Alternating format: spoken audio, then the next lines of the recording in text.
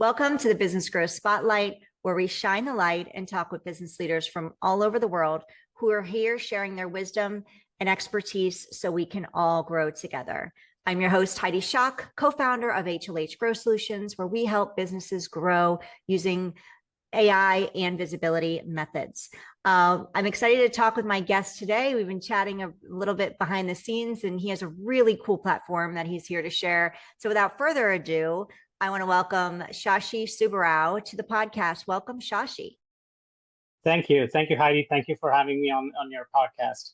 It's a pleasure to be here. You're so welcome, and it's a pleasure to have you on. I know we had to reschedule a couple times, so I'm very excited to be making this happen today. Can you tell us, Shashi, a little bit about yourself, who you are, what Activity Bees is, and your role within the company? Yeah, I'm Shashi Subbarao, founder and CEO of Activity Bees. And, I started my career as a software engineer. I was working on biometrics, fingerprint, face recognition, and then that kind of stuff. And, I have a lot of hobbies, tennis, skiing, and then a few others. Since I'm a tennis player and I string my own tennis rackets. So one day I was stringing my tennis rackets in my garage because, these stringing machines are pretty big. And so my neighbor who lived right opposite to my house saw me stringing my rackets in my garage and walks up to me and says, he was a Division I level player from Oklahoma State. And so we started talking and we started playing tennis. And I thought if he had lived 2 houses down, he wouldn't have seen me string my rackets and we wouldn't have connected. So that's when it occurred to me that people don't have the ability to find out who in the neighborhood share their interests. And so I started looking at some existing platforms that are out there, and none of them seem to, provide the solution that I was looking to solve, the problem of people not being able to find who in the neighborhood share their interests and connect with each other.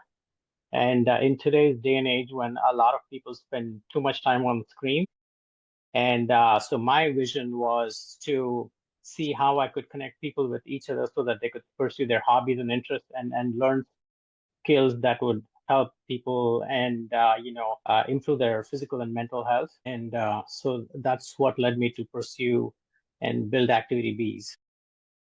I love that this started from a personal experience that you had with a neighbor. So the Activity Bees is a social platform. Am I correct? And that it brings Yes. people together with similar interests to meet locally. Am I correct? Right. Okay. Yes. So can you tell us more about how the platform actually works? Sure. So with Activity Bees, you can sign up on the app and you add some, we collect very little personal details. You can add some basic details about yourself, and it uses your location, obviously, because we know we want to connect with your neighbors and people around you in your community. So with that, you add 3 or more interests, and then it connects, and it shows you all the people. Our app is pretty simple to use. We don't have things like, you need to build your friends list and friends of friends and all that stuff like other apps have, or by, divide people by zip code and stuff. So you are automatically connected with other people in your area who match your interests. And you can see people around you. And once you add your interests, if there are any groups related to your interest, you'll see those groups, or you can create your own group and invite people who share your interests. So let's say you create a group. If I create a group for tennis, for example, I can, if I want to invite people around me, I can just say invite members, and it'll show all the people around me that match that interest, and I can automatically invite them. And so I can create a private or a public group, and I can create events related to my interests, or if there's a public event that's related to my interest, I can maybe attend those. So that's how we started with the app. I think this is so fascinating and interesting, and for many different reasons. I have children who are in their teens, and they were born during the very computerized era where a lot of these kids nowadays are not outside as active as we were back in our day. They're more on the screen. They have a lot of screen time like you did. And so I love that, even though you're putting this out there in a space where people are right on their screen, and you're encouraging them to get active. And a lot of I think a lot of challenges are people maybe want to get active, but they don't even know where to begin. You're giving them this easy opportunity. Like, we're going to show you, let's make this super simple. And like, this is great for people moving to a new area as well. Cause people moving to a new area, if they don't know anybody, they don't know where to begin to get active. They might think, okay, my local chamber or my local, city council, whatever that is, but they don't know how to get involved. So I love that this is just making it super simple for people to get active and learn and also learn about different things, activities that they can be doing. One thing about your platform that I've seen, correct me if I'm wrong, it's not only for people and families, but it's also for the activity providers. So how does your platform build and create both sides of that coin? Because usually when we're building a business, you're told like focus on one ideal ICP, one ideal client or customer, and then branch out from there. You're literally doing two separate ones at once. So I'm intrigued by that. Right. So when we started out, we started out with the focus of connecting peers so that people can connect with each other and pursue their hobbies and interests. And eventually, as we rolled out the platform and we had people joining, we realized that people not only want to pursue their interests, but also might be interested in taking lessons or improving their skills. So I teach tennis and piano, but I do it for fun, and there are people who do that for a living. So you could be a piano teacher or a soccer coach or tennis coach or whatever you teach. Now you have a platform where you can find all the people who are interested in what you teach and have an ability to reach out to them and see if they're interested in taking lessons. So that's something that we added as we went along, and we also are rolling out a marketplace for classes and lessons now, so that people can buy classes and lessons directly off of the platform. So community is very big part of Activity Bees. Obviously, it sounds like, because you can create groups. And one thing I really like too about it is that if somebody wants to try something new, right, and they're nervous on how to get started, or they don't want to go meet with people that really are very well versed and are very good at that activity. Mm-hmm. This is a great way to break in and get to know without like leaving the comfort of your own home. Like, you can slowly break into it, learn about it, build friendships and relationships, and then, and find that support. So community is a big part of what makes the Activity Bees work. How do you intentionally build trust and engagement in a platform centered around families and children? Yeah, that's a great question. So, a lot of people are afraid to meet strangers. I mean, this is something that we've seen, in platforms across. It could be Craigslist, where, there's a marketplace to buy and sell goods, or, Nextdoor, Facebook, or what have you. And so with that intention in mind, we wanted to have a platform where people can, meet somebody they may have already seen, in the neighborhood.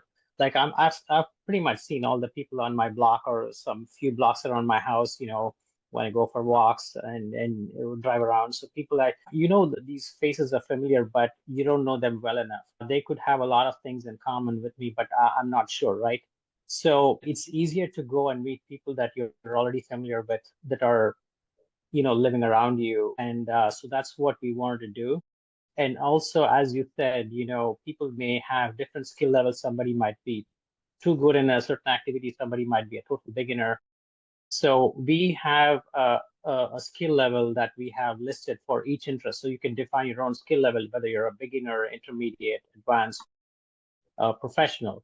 So if you're a professional, you're offering, lessons or classes. If you're a beginner, intermediate, or advanced, you may want to pursue with somebody who's along the same level as you are, or maybe you want to teach somebody and help out. So we've incorporated all those features into our platform. So looking from a startup perspective, because you started from an experience that you had. From a startup perspective, what were the most important early validation signals that told you that you were on the right track and that you were solving a real problem? All right.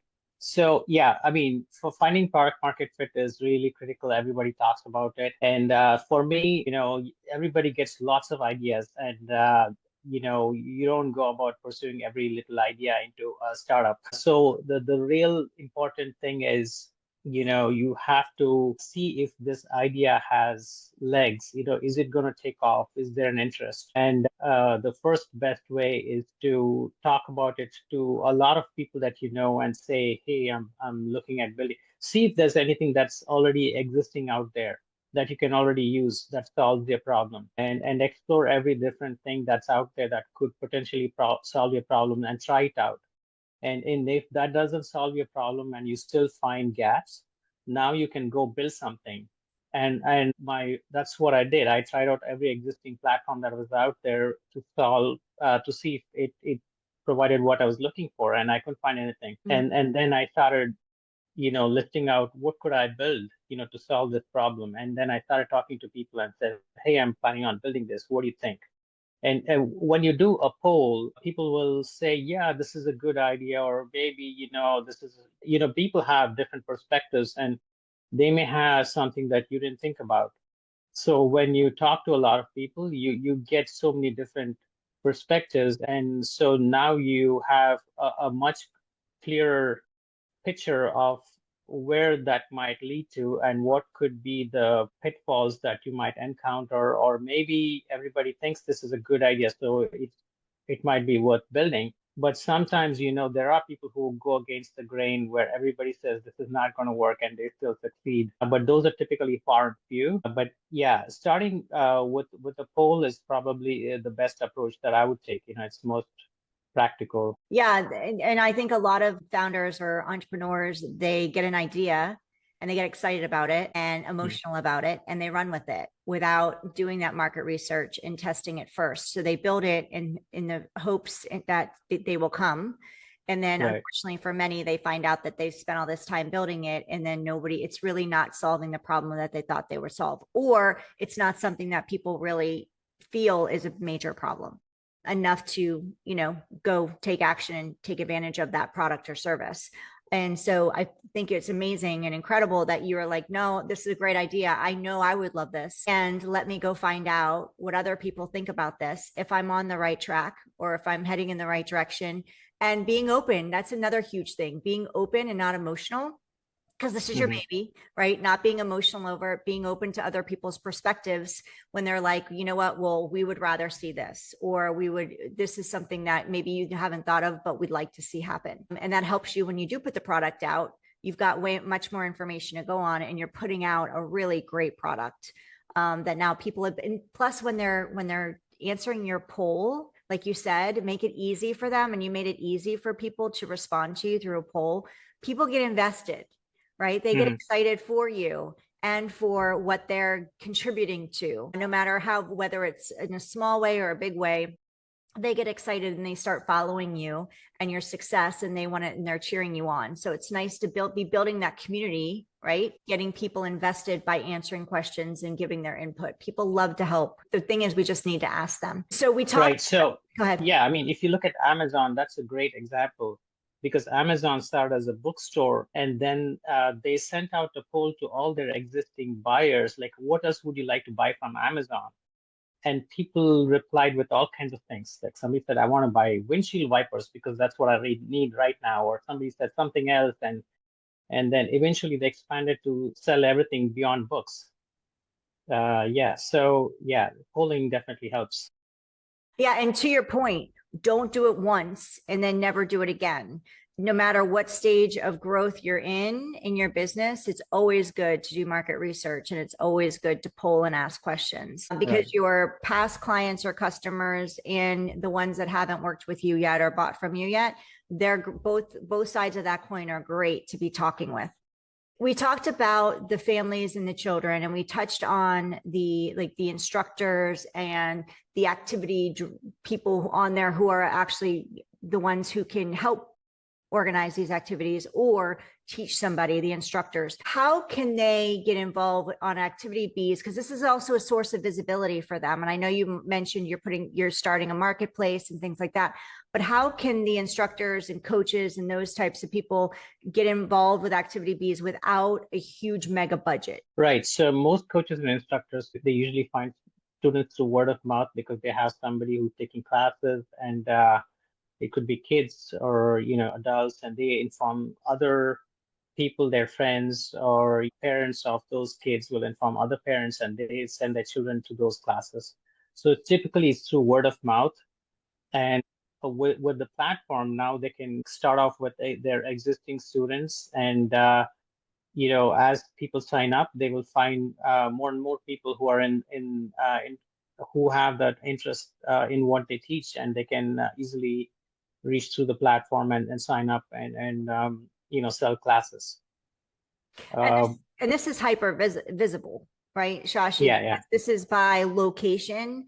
So you're not right, like, I know on other platforms we're promoting, but especially if you're more of a local, you take on local clients and that's it, then promoting to the masses into the world is kind of like a waste of effort, if for lack of a right. better way of putting it. Where Mhm. when they're promoting, it's hyper localized, so they're more likely Right. to have great success with growing. Mhm. So let's talk a little bit about visibility on your side as far as activity bees and marketing and getting people to see that you're out there and get on the platform. What are some of the ways that you've been visible to let Mhm. people know activity bees is here? But let's talk both sides of that coin. What's worked for you, but on the other side of that, have you tried things that maybe haven't been as lucrative or haven't gotten you the results that you'd wanted or had hoped for? Right. Yeah, I mean, growth is the hardest part, right?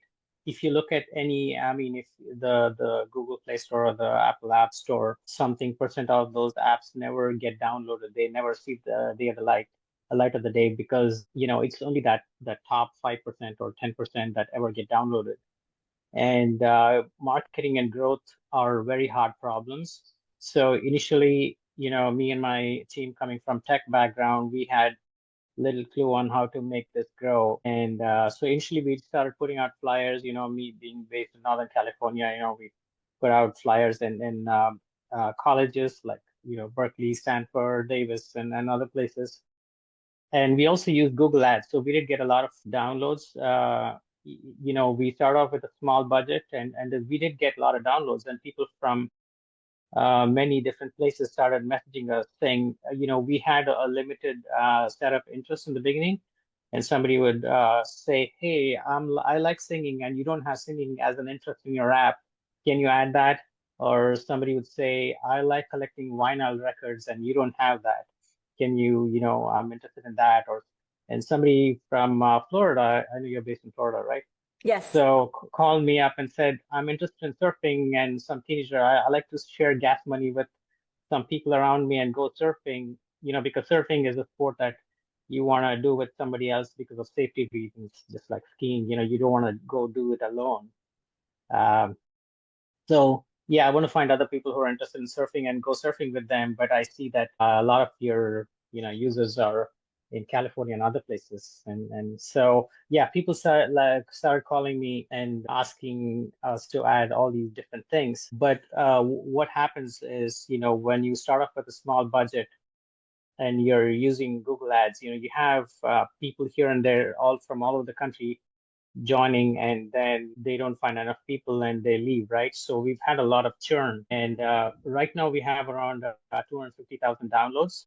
So when we had 150,000, 200,000 downloads, we realized that those people were spread across 4,000 towns and cities in the US. And that really didn't help us much, because when you don't have a lot of people joining from the same location at the same time, they can't really connect with each other unless you have a large budget for marketing and growth Mhm. that you can utilize. Like, what Nextdoor did, they sent a postcard to every household in the US, which costs a lot of money, right? So we didn't want to do that. And so we saw a lot of churn and people coming and leaving, which is to be expected with a platform like this. And growth is a really hard problem. So what we're doing now is reaching out to all the local businesses, like the local sports clubs, fitness centers, and so on. Where if you every new year, right now we're at the start of a new year, people join all these sport clubs and fitness centers and so on because they have a new year resolution, And all these places are super crowded in January. But after mid-Feb or March, you see that all those people disappear.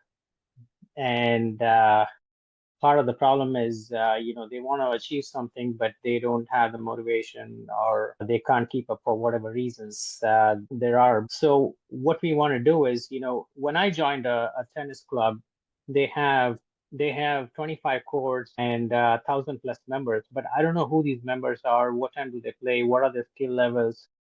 And then they said, yeah, you can, play the Wednesday and Saturday socials. We have free wine and so on. And it took me 6 to 8 months to get to know who these members are and find people that I wanted to play with. And not many people would want to spend 6 or 8 months of membership and stick around to see if they're getting anything out of the club, right?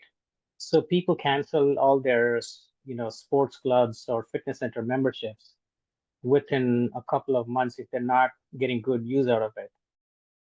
So while these places provide infrastructure, we want to provide a platform that will connect those people so that they can, find company and motivate each other and pursue activities. So that's what we're trying to do. So that will bring in users, and it will also help these places retain membership. And so it's a win-win for both. Yeah, I was just going to say you're creating a really amazing win-win opportunity for both you and them. And this will encourage people to stay active for longer, not just up until February 15th, or the first month of the year. So yeah, I love that idea. And I love that outside the box thinking. Like you said, Google, are you still doing the Google ads or have you stopped those for now? We stopped those, yeah, for now. Because go ahead. No, because we're rolling out a lot of new features. We're rolling out a Calendly style scheduling feature so that people can schedule activity time with others and also schedule lessons so that they can directly buy lessons from coaches or instructors by picking a time on the calendar. That'll simplify a lot of things and process payments and all that stuff. So we're also rolling out some gamification features like streaks, points, leaderboards, and so on that we want to do so that people can keep themselves engaged with other people and create some healthy competition. That's what we're trying to do. If you've looked at Duolingo, right? Duolingo was a language learning app, and they struggled to grow for a long time because learning languages is hard, and people don't find it motivating enough to learn a language unless it's of a necessity, right? And so they rolled out all these gamification features, and that brought up their engagement substantially, and they have more than 50 million daily active users now, and so gamification has huge potential for engagement and growth. Yeah, absolutely. And we're seeing it on other social media platforms too, where you'll get badges and things like that to try and encourage more usage and more engagement. So when it comes to your growth and what you've already accomplished, which is amazing, where are you seeing the most users right now on your platform? Yeah, that's a good question. So initially we saw a lot of users primarily around New York and LA, the most populated places. So we are still seeing people around those areas as well as California in general because we did most of our marketing efforts here. But we do see people downloading all across the US sporadically here and there, even though they're all organic. We're not doing any marketing right now. So I want to go back to what we just talked about too, as far as your marketing goes and what you've been doing that's working and what you're pausing. I really like that you shared that you went to colleges and campuses and flyers and now you're going to businesses and building relationships, because when it comes to building a business, a lot of people think automatically the masses. And they think, oh, I've got to do advertising or paid methods, or because organic is so hard, and or I've got to just focus on organic because I don't have the funding to do the paid advertising methods. But a lot of us forget that there's amazingness about building a business in your backyard, and that you can build a successful business starting local. And I'm loving that you're sharing that and that you're doing it, because there's nothing, boots on the ground still matters, right? Guerrilla marketing still works. And I think that we've forgotten that's viable because everything's been shifted into the online space in such a big way. You know, we do notice that, you know, we don't get as much junk mail anymore, quote unquote junk mail anymore, but mailers do work. And like you said, though, it's expensive to mail to everybody in the nation, like Nextdoor did. So maybe we can't do that, but there's a lot to be said for building community and building awareness in your backyard. If organic seems like a slow go for you throughout the online avenue, as well as the funds are not there yet for the paid methods. And not every paid method works either. Like you just experienced with Google Ads, you've got a lot of great feedback on it. But until that can be more hyper focal, it's just not right now a great place to invest your funds while you're expanding upon what you're building inside. If I could hand you a magic wand, Shashi, and you can wave it over one challenge you're having right now, that you can go poof and it would disappear, what would that challenge be and why? That's a great question. So I would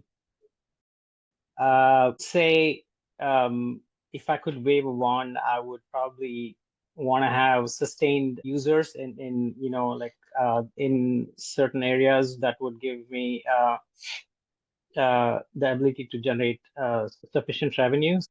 I made the same mistake as a lot of people do, thinking that you can market this to the masses, and started with that approach. But then eventually, as you learn, you know that you want to focus on sustainable growth, and you want to start off small and solve your problem from little steps all the way through up. And as you continue to grow, you want to have that sustained usage, and that will lead you to expand that same model across other regions and the rest of the country.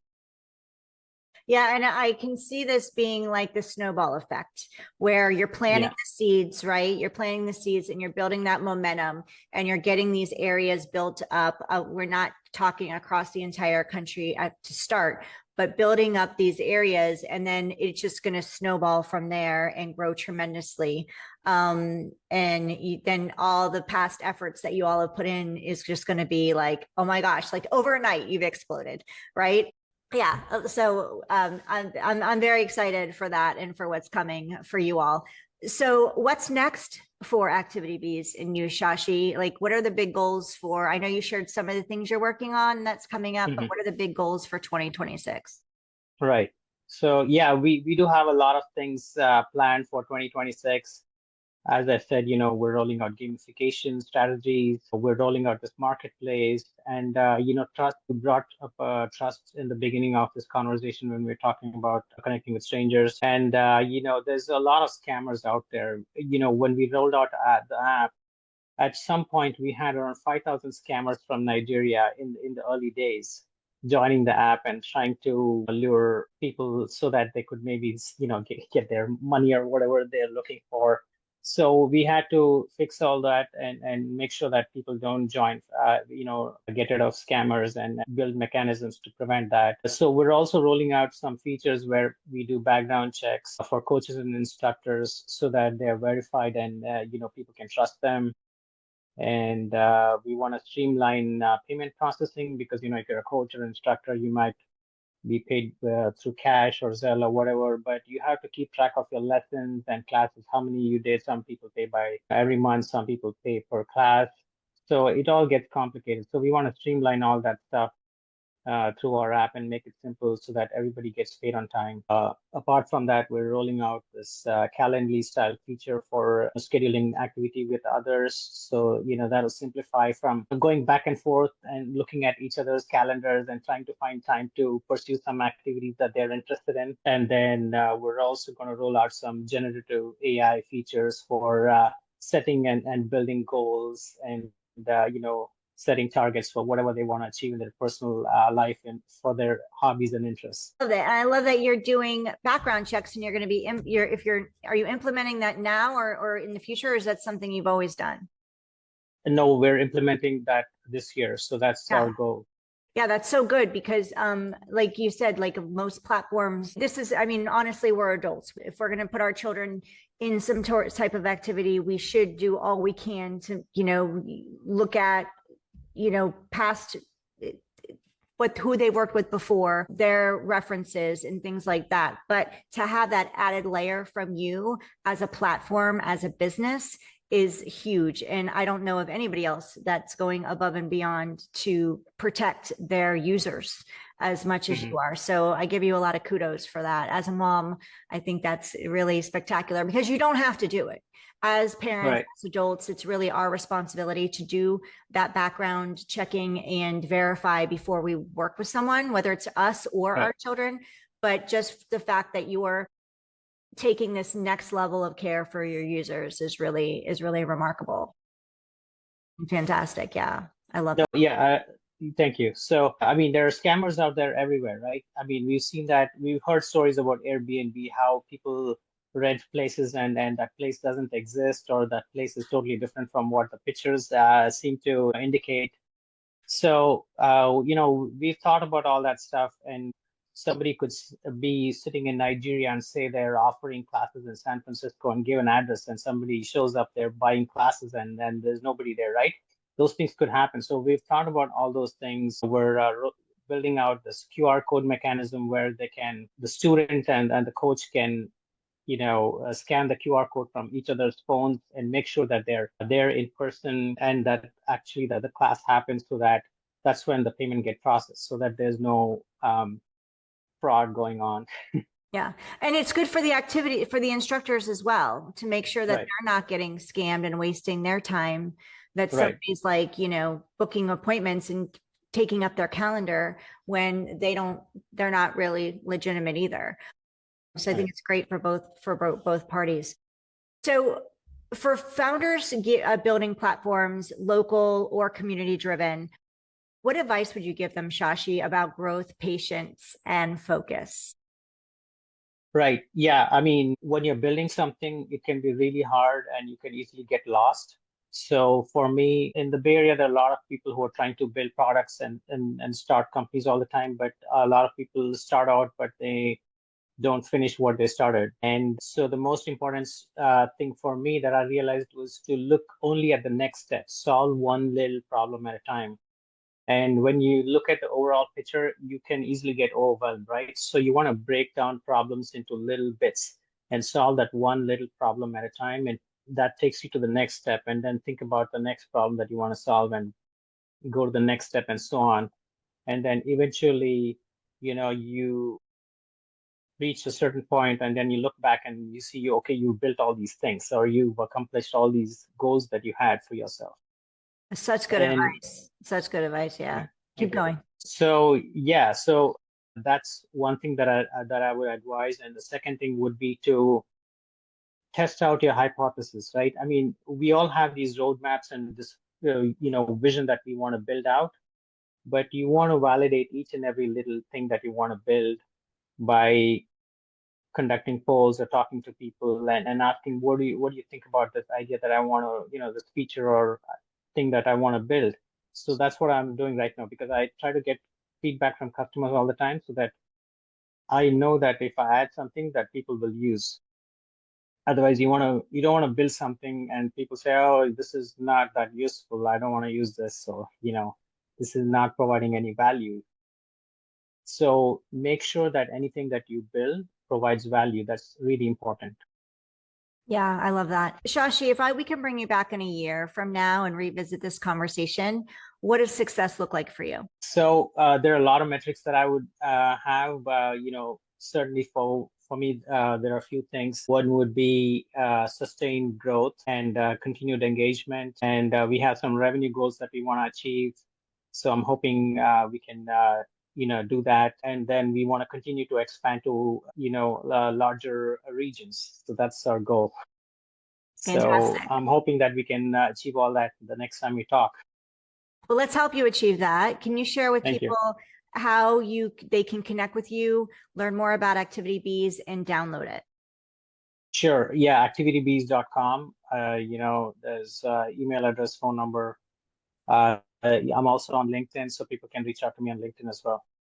Fantastic. So we have all of Shashi's links and where you can find him and how you can learn more about Activity Bees and get on that platform inside the show notes. So if you missed it, don't worry. Or if you're driving, we got you. But make sure that you go check it out and share with your people, share with your friends, start building the community inside of your area and spread the word. If you're watching us on YouTube right now, thank you. We say hi. Shashi and I are like, say hello. Thank you for being here with us today. Leave a comment for Shashi below and hit the subscribe button. This way we can let you know when we have more amazing guests like Shashi on the show. And please share this episode. If you know people who want to get active or they're already active and passionate about something, but they want to expand their community around this activity, which should be all of us, right? Please share this with episode with them so they can learn more about Shashi and Activity Bees and their mission, and let people know that it exists. We need your help. We need your help so we can get this moving toward and growing in more areas. If you're listening to us on your favorite podcast platform, thank you. Also, if you could share this episode with other people, let them know about Activity Bees. That would be fantastic. And if you're so inclined and would like to leave a review, we'd love 5 stars. That helps the podcast platforms push this episode out to more people so we can grow the channel and we can also help grow Activity Bees. Shashi, is there anything before I let you go? Thank you for your time. This has been incredible. I love your platform. I think it's fantastic. I'm going to go jump in and hopefully we can grow this in the Florida area as well. Soon and very quickly. Is there anything that I didn't get to ask you or that we didn't touch on that you'd like to share before we wrap up? No, I mean, this was a great conversation. Thank you, Heidi, for having me on your podcast. It was a pleasure chatting with you today. I really enjoyed it. I enjoyed it too. Please, everybody, go check out Activity Bees. Go connect with Shashi. He's pretty fantastic, as you've heard today. Thank you for listening to Shashi and I today on the Business Growth Spotlight. And Shashi, thank you for being here. And I look forward to seeing all of you on the next episode. Have a wonderful day.